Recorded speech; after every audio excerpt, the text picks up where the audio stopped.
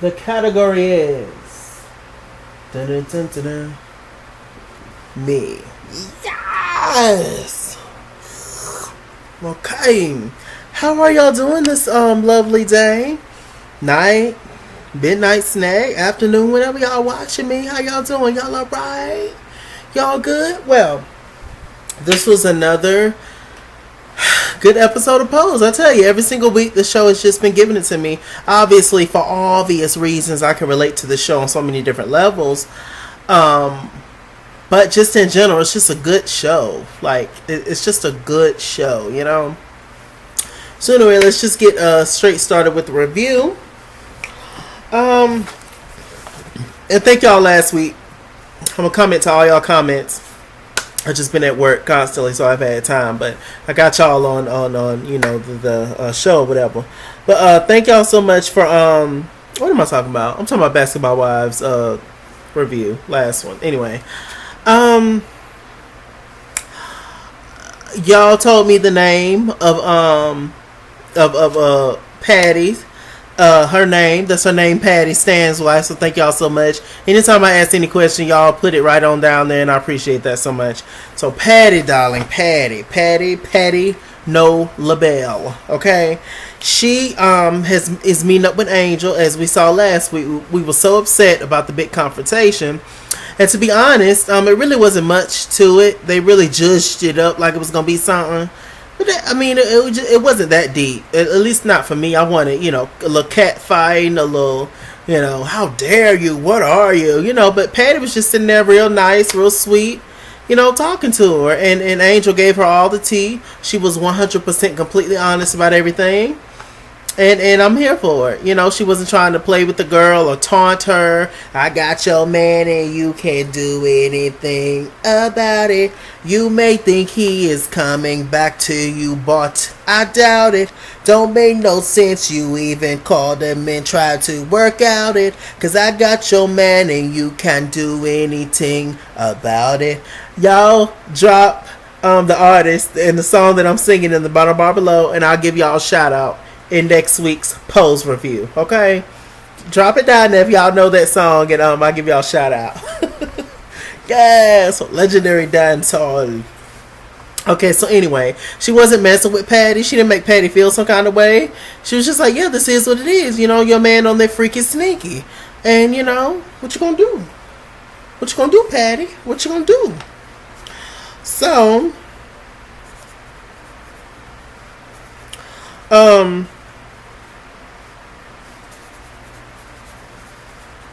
okay.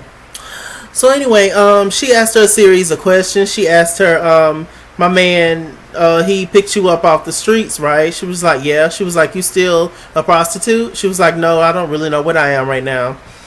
But you know, she asked, why'd you get that big old house? And whoop to whoop. She was like, hell, we was playing house, you know? And she asked her, well, she asked him, Angel was just like, look, do you feel like it's possible for him to be in love with you and me at the same time? She was like, child, that's too deep for me right now. I don't know. You know, Stan, he just wanted, I'm not the normal, you know, housewife that he wanted. He just wanted me, you know, just to be the housewife, but I got some sense. I'm about to go out there and make my own paper. And you know, I'm more than just Stan's wife, and I'm more than just a mother. I'm a woman, you know, I have my own mind, and whoop to whoop.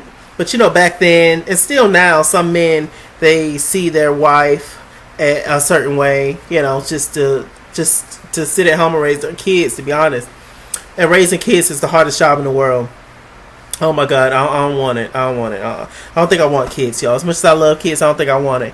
It's too much of a responsibility. I'm trying to keep my little cousins in check now. They are ages, it's 3 boys and 2 girls. No, it's 2 boys and 3 girls. And their ages range from 14 to 12. It's 2 12s, it's 3 12s. They each one of my older cousins, they had them, so they're like my second or third cousins, whatever. They was pregnant like all around the same time. So it's 3 12s, 1 13, and 1 14. and there's just everything is just the phone, internet based, and so found out some tea that one of them, one of my little cousins, he was ordering porn on the TV. My auntie, a cable bill shot sky high, child, sky high. I'm telling too much about personal tea, but yes. Oh, I wanted to beat his little ass, but he ain't over here. Thank God. I'm gonna give him a nasty talking to. You can't pay that bill, and it's just sex, just everywhere. I was watching the soap operas, just sex all over the screen. You used to sit with your aunties or your grandma or your mom and watch soap operas as a child, and it's different now. They don't do nothing but show them in the bed now. Child, it's crazy. These kids ain't got a chance these days. They really don't. They're just being exposed to so much stuff that they don't need to be exposed to until they become of age. It's crazy. You don't even have to wait till high school to find out stuff. Like, it's a mess. I went on a tangent. Please forgive me and my hot top. Please forgive me. So yeah. One of the main questions though that she asked Angel, that Patty asked Angel, was what'd she say? She asked Angel, so why were you in the club with all those drag queens and sissies? Why was you in the club with them? She was like, girl, because I'm one of them. Like, what the hell you talking about? This my familia, child. And they're my peoples. They're my family. She was like, oh, you stay there? She was like, no, white woman. I don't stay there. They're my peoples, my family, my community, darlings. So she was just like, what? Why would a straight woman hang around or be around gays and drag queens and things? She was just like, girl. She was like, I'm a transsexual. Now, these days calling somebody a transsexual or tranny or whatever is harsh, but some people still use it. But back then, there wasn't all these rules and all that. If you were gay, they referred to you as a faggot. If you were a lesbian, they referred to you as a bulldog or a dyke or a carpet muncher. If you was the faggot or sissy, being a man. If you was transgender, you was a transsexual, a tranny, a chick with a dick, whatever else, Back then, that's how they used to talk, child. So, it was nothing, and it wasn't offensive. It's just what they called it. Now there's all kind of different, more, proper terms for people and sexual orientations and who they are and all that good stuff. And thank God for them, child. So when you think about it, you're like, damn, that stuff was really offensive, wasn't it? But sometimes you have to call a thing.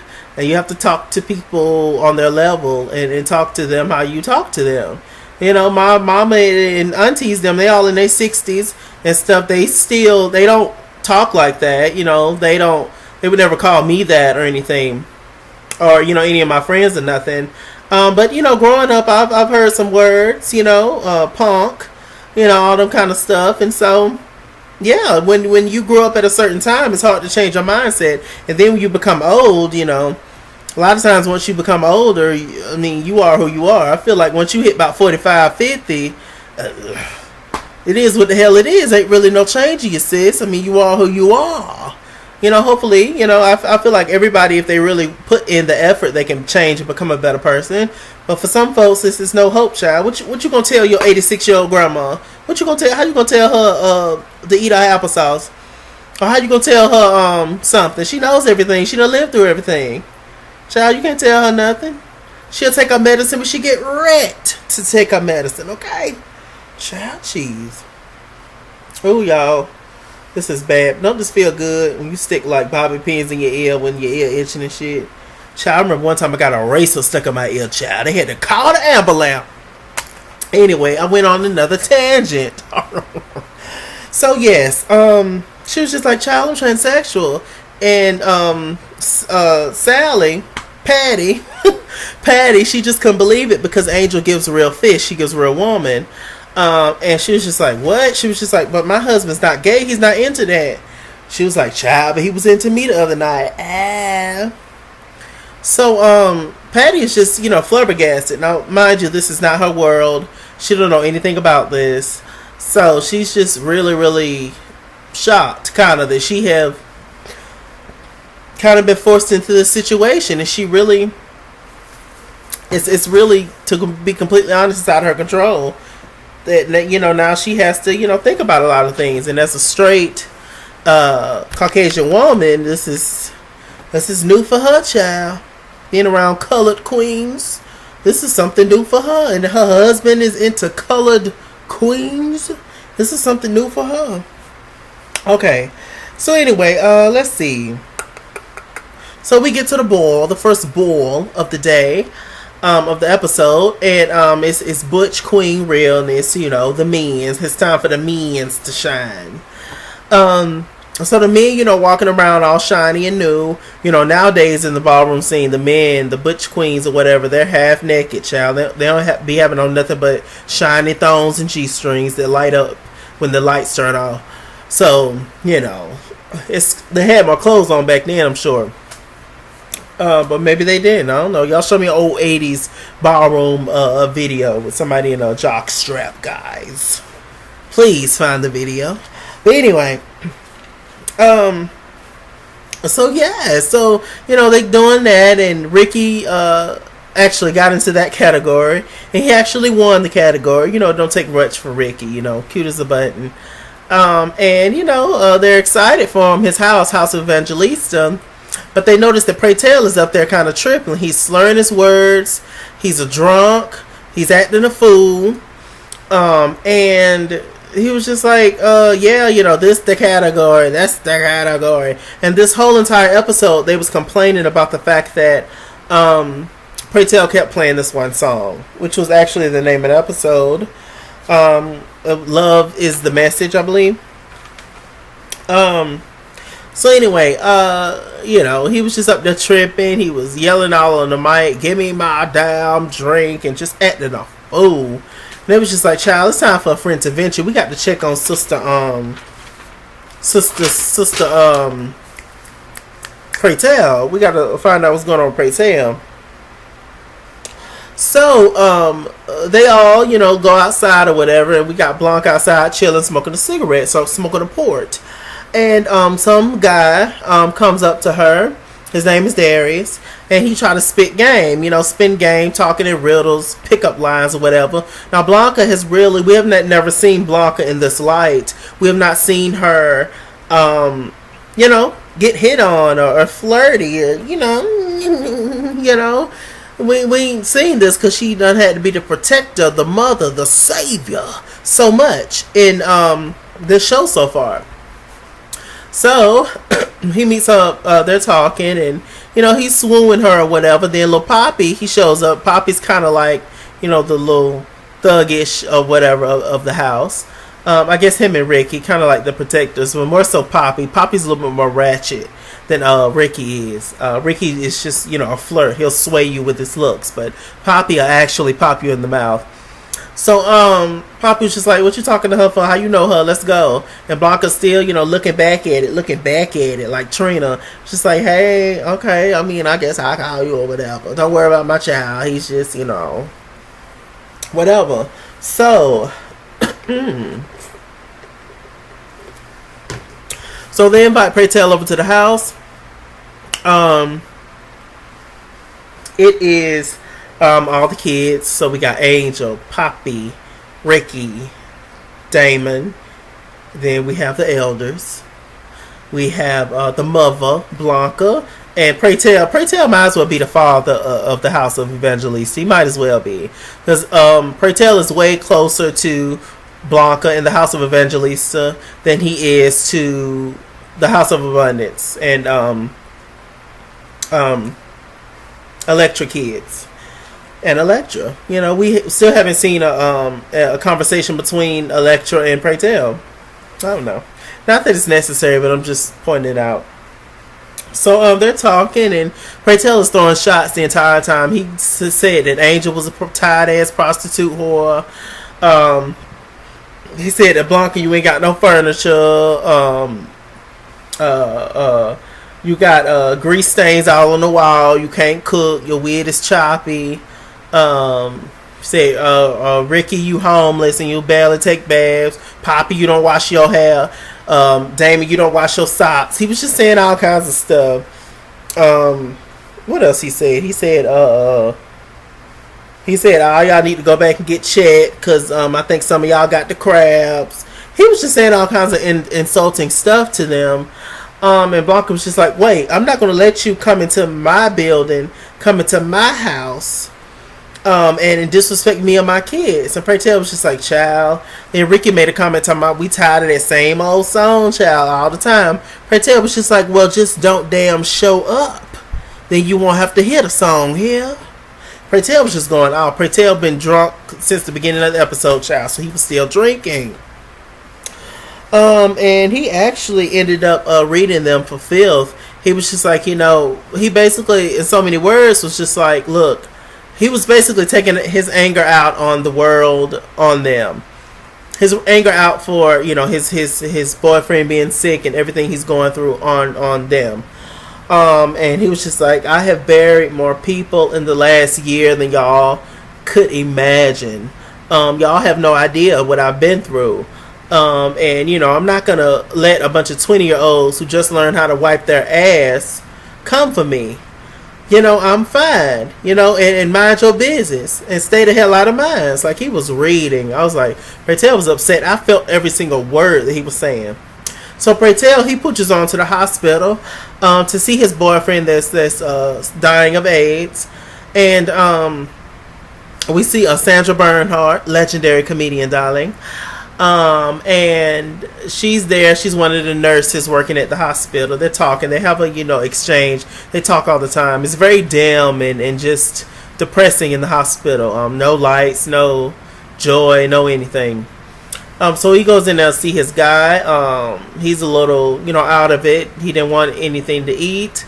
So they're just talking and hugging each other. And Praytel has been telling his boyfriend Constance about the House of Evangelista and stuff, and we also learned in this in the conversation that he had with Constance that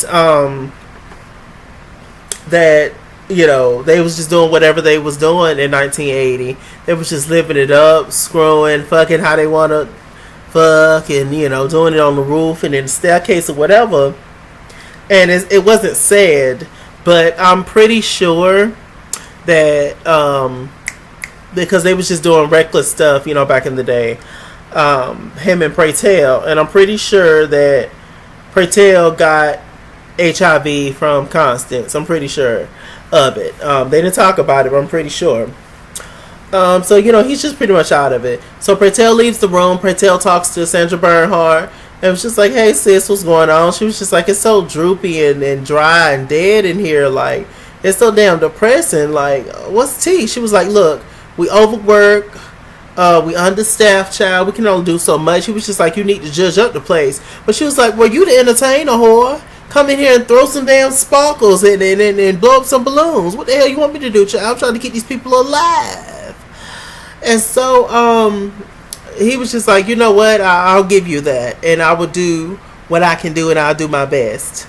So Praytel, he wants to actually set up a whole get together where he is basically singing to the people, just something to lift their spirits up. He's gonna do a little decoration, little chips and crackers, just have a little party for all the AIDS patients that's there, which was a great idea. He actually goes by to talk to Blanca about it, and Blanca can sing. He was just like, sis, you was giving the girls hell, you was giving the girls Sheila E.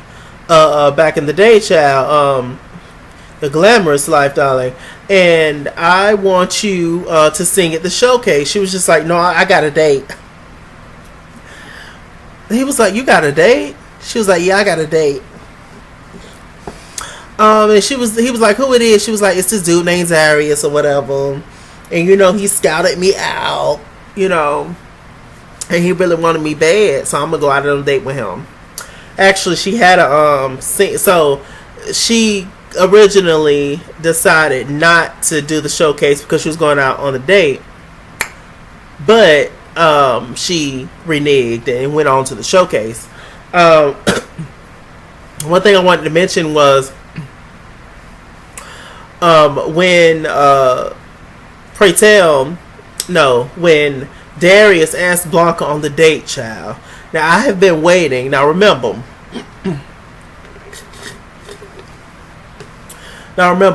The very first episode they played Whitney Houston's "I Want to Dance with Somebody," okay, which I think was on her second album in 1987. But this episode, I was waiting for some more Whitney, child, and they played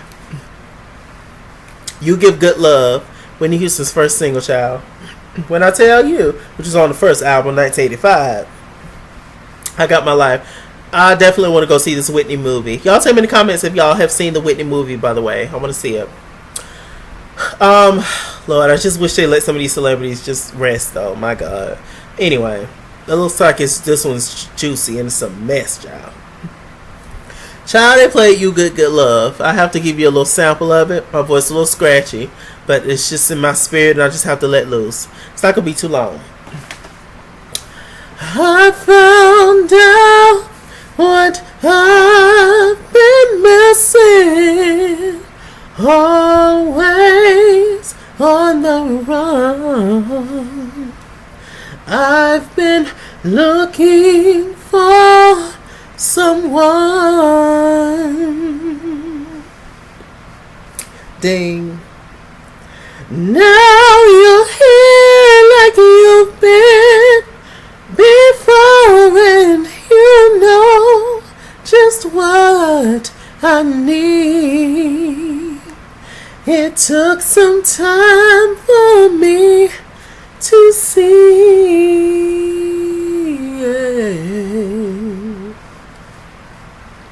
that you give good love to me, baby.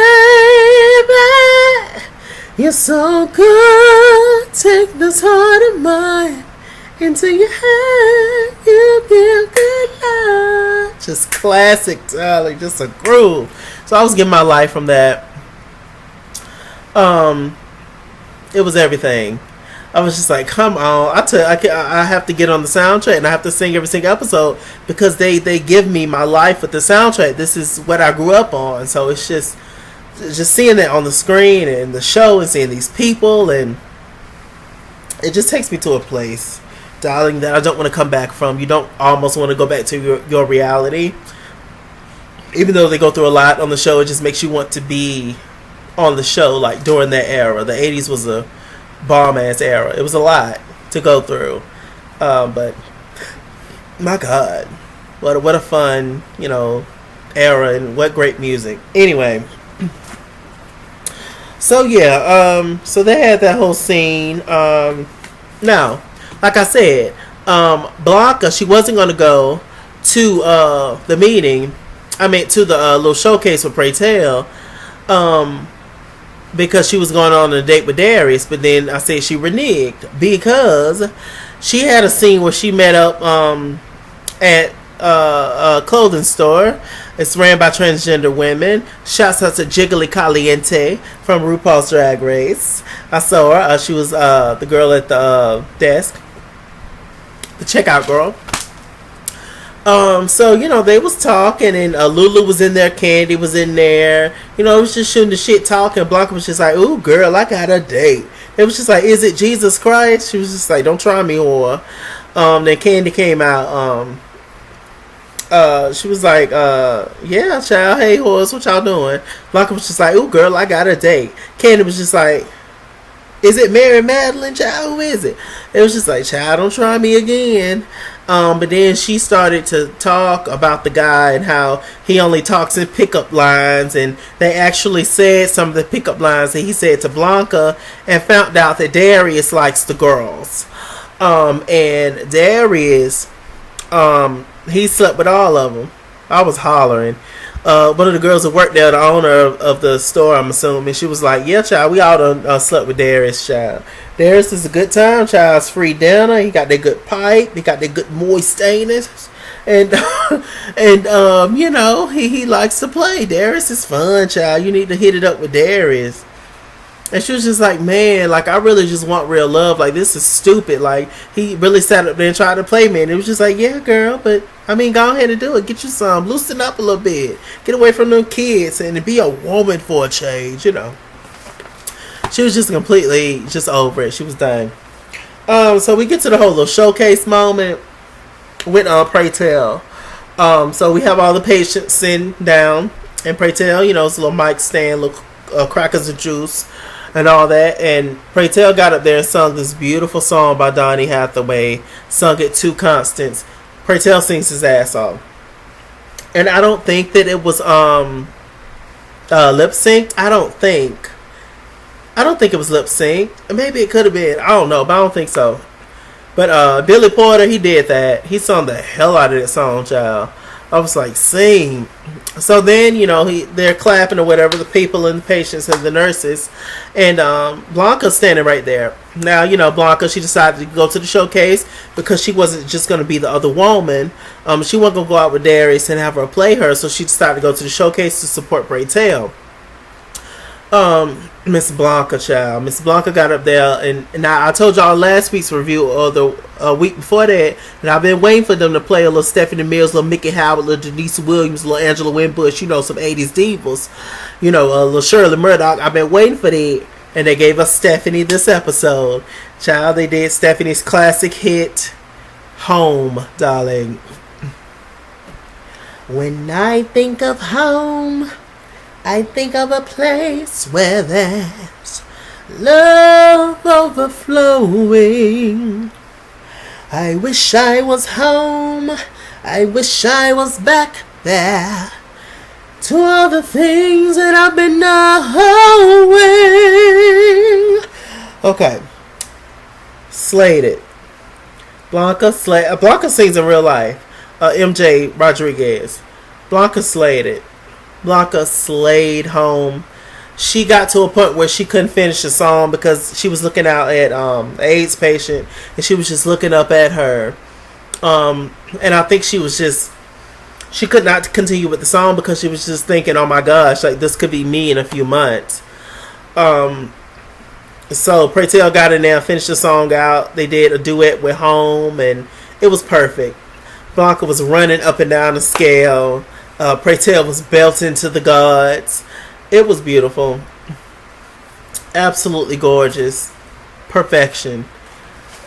Gay folks, transgender folks, LGBT folks, we're so goddamn talented. I just can't even take it. And then you drop a little color on in there, drop a little black on in there, a little Puerto Rican on in there. Child. Some of the baddest bitches in this world come from slaves. You hear me? Talk about it. And yes, you can be Latina and be black too.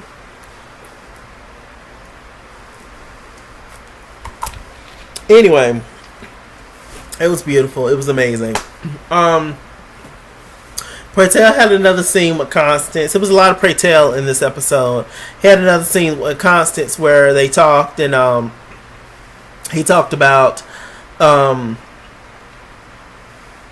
you know, he was just watching the show, and Constance was just like, look, you need to listen to me. I'm on my deathbed, and I'm going to die here. And I want you to spend, and when I die, I want you to spend one day crying, but then continue on with your life. You're an incredibly talented person. I want you to find somebody that you love and all that. And Pray Tell just was crying, and then I got emotional, and they was hugging each other. It was just too much. I was just like, oh, God. It was the truth. It was the harsh truth, and it was just so sad. I just couldn't take it. And you know, Pray Tell promised him. He was just like, yeah, I'm just gonna live my best life. Now, mind you, the only person that Pray Tell has told that he has HIV is to Blanca. He hasn't even told Constance, and Constance is sitting there, you know, suffering from HIV. You know, sorry, y'all. My foot is like really fucking itching. I don't know. But anyway, so it's just really sad. You know, I think a lot of Pray Tell's emotions and, you know, how he feels is also he's just thinking about his own self as well, naturally, because he has the virus as well. So it's like could this be me? In a few months or so to a year, whatever. So it's just very sad. Same thing with Blanca. I swear, if they go down, it's just gonna take me out. I'm just gonna have to turn the station and just start watching reruns of Fresh Prince, cause I can't take it. Meanwhile, on the other side of town, child, we got Patty, no LaBelle, Patty Bynes, Patty Stan the man's wife, and she's sitting up there. And then he shows up. He was just like, "Where we at?" He was like, "You pregnant? What the hell going on? You pregnant? You ain't tell nobody you pregnant?" She was like, "No, sir, I'm not pregnant. Calm down. This is a therapist's office." He was like, "Therapy?" She kind of sprung that up on him. Didn't tell him, of course, because he probably wouldn't have came. So she's sitting up there with a therapist, this lady, and they're talking. And she was just like, "Look, I heard that you like transgender prostitutes, and I got to leave you, child. I got to start my own business." She was just like, "Look, I'm taking the kids, and you need to figure out who you are and what's your life gonna be looking like, sis, because you're not gonna drag me into your mess. I don't know what you is, and you don't know what you is, so I'm gonna give you time to figure it out. Meanwhile, I'm taking the kids. Once the baby gets some age, I'm gonna put their little ass in daycare and preschool and things, and I'm gonna give me a job, child. I still love you. You're my husband, but you got to figure that gay shit out, child. You hear?" He was just sitting there crying, child. He didn't know what to do. He went over to the office. He knocked Matt down in the floor, tackled him like a dog chasing after a ham sandwich. He tackled him down to the floor. Got one good hit in, but Matt is a lot bigger and stronger than him, and I'm sure Matt has been punched in the face a lot of times because he's awful. He's an asshole. So Matt was just like, "Yeah, I did it. I told him I covered up for your little side hoe and all this kind of stuff." And Stan was just like, "Why do you hate me so much?" He was just like, "I don't care nothing about you to hate you. I resent you. I brought you here, Jersey. I deserve that big promotion, not you. Who the hell are you?" Stan couldn't do nothing but get up, and he actually just walked out. And let's see. And there was actually a scene where this is the last scene where we see Angel. She's going back to the sex shop. She was the girl in the box with the fur, giving moments. And she sits down in the little chair, getting her makeup together. She's sitting in the box, and then we hear the thing go up, the curtain, and it's Stan. So it looks like Stan, he ain't got nobody else but Angel at this point. And so it's just gonna be Stan and Angel against the world, I guess, at least for the time being. It's something else, child. It really, really is. But I mean, I guess we'll see. But going back to it, pray tell, he gets a call that his man passed away. Terrible. We get to the final. One of the final scenes, the final scene before we got to Angel. So I'm kind of going back. But this is the last thing I'm going to talk about, I think. Let's see. Yes. So, they get to the last ball. And it's Butch Queen again. Thug, swagger, ghetto, realness. And Poppy actually got into that category. And he ended up walking, giving Thug tease, giving Poppy Thug tease, child. And he ends up actually winning the category. Now, I thought the judge was just being a little nice. I don't feel like he actually, all he did was put on 2 chains and a hat, but I guess. But, he ended up walking the category and actually winning. This is Poppy's first time actually participating and him winning a trophy. So, it was kind of a big thing. It was cute. He was all excited. He blowed a kiss at Pray Tell, and Pray Tell blowed one back. It was very sweet. They was all proud of Poppy and stuff. Poppy's kind of like one of the comedy reliefs of this show. Blanca had a scene with Pray Tell, but they talked, and